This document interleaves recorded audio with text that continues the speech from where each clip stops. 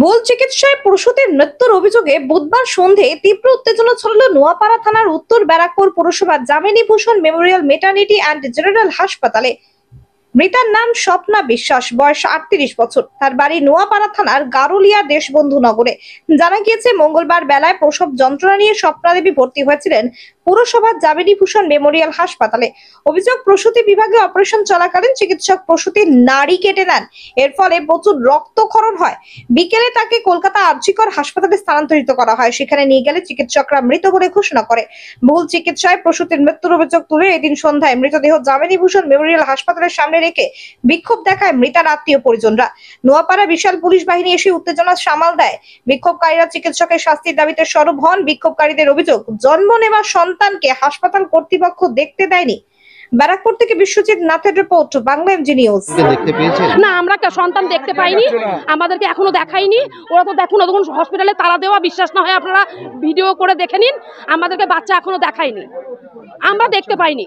মানে আমরা এখানে যতগুলো লোক আছে আমরা ততগুলো লোক দেখতে পাইনি বাচ্চা। আমার নাম মৌসুমী নাথ। এখানে নিয়ে আসলাম, তখন ওনারা বলছে যে ওটি এখানে করবো না।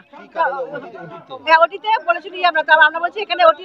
ওরা তাহলে প্রথমে তাহলে বলতো যে আমরা করবো না, নিয়েছে। এবার ওপরে ছিল না, রক্তর কোনো ব্যবস্থা ছিল না, নিয়ে ওকে ওটি করেছে। তখন পরে ওটি করার পরে তখন ওর অবস্থা খারাপ, নাড়ি কেটে দিয়েছে।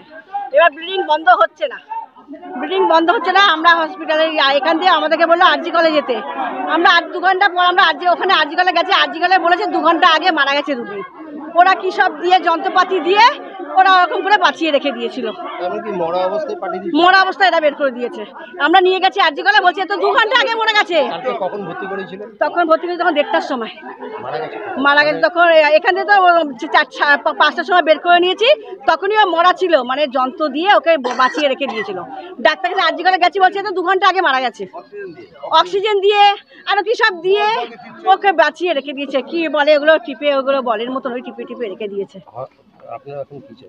আমরা এখন বিচার চাচ্ছি। আমাদের মেয়েরা মরে গেছে, যে ডাক্তার করেছে সেই ডাক্তারকে আমরা চাই। কেন আমাদের মেয়েটাকে এরকম করলো? আমি ওর কাকি হই।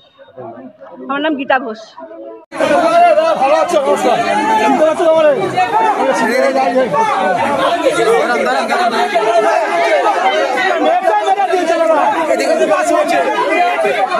পুলিশ একটা সেটিং করছে, পুলিশ সেটিং করতে আসছে, এখানে বন্ধ করে দিয়ে সব পুলিশ এখানে সেটিং করতে আসছে। এই যে বলছে হসপিটালে রক্ত নেই, অপারেশন করছে। কি হচ্ছে নাকি? কি করেছে? কি করেছে? মানে কারণ আমার সিজার ছিল, সিজার করতে হয়তো নারী কেটে দিয়ে রক্ত ব্লাড বেরিয়ে গেছে শরীর থেকে।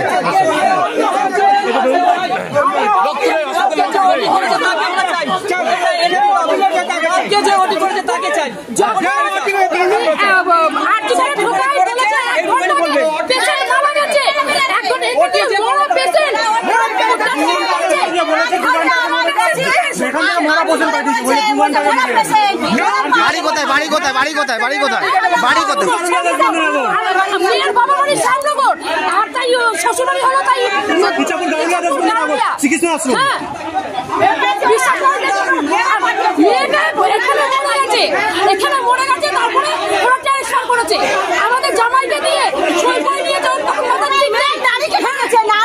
নারী কেটে দিয়েছে।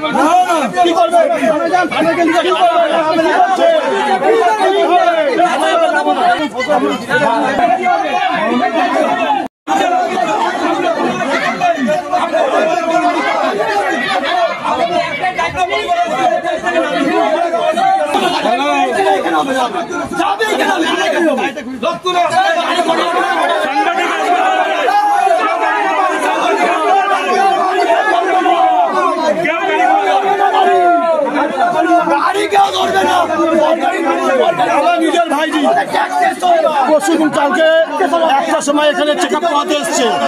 আসার পরে এরা বলছেন সিজার করতেই হবে, সামান্য সামথিং ব্যথা হয়েছে, ব্যথা সিজার পাবো, সিজার হলে পরে মানুষের হালকা কেটে দিলে কেটে কাটে। এত বেলা বেরিয়েছে, আর কি কোন যাওয়ার আগে মৃত হয়ে গেছে। রক্ত এখানে বলছে যে আমরা সিজার করেছে তো রক্ত নেই, তো যখন সিজার করেছে তো রক্তটা নেই, কেন সিজার করলো?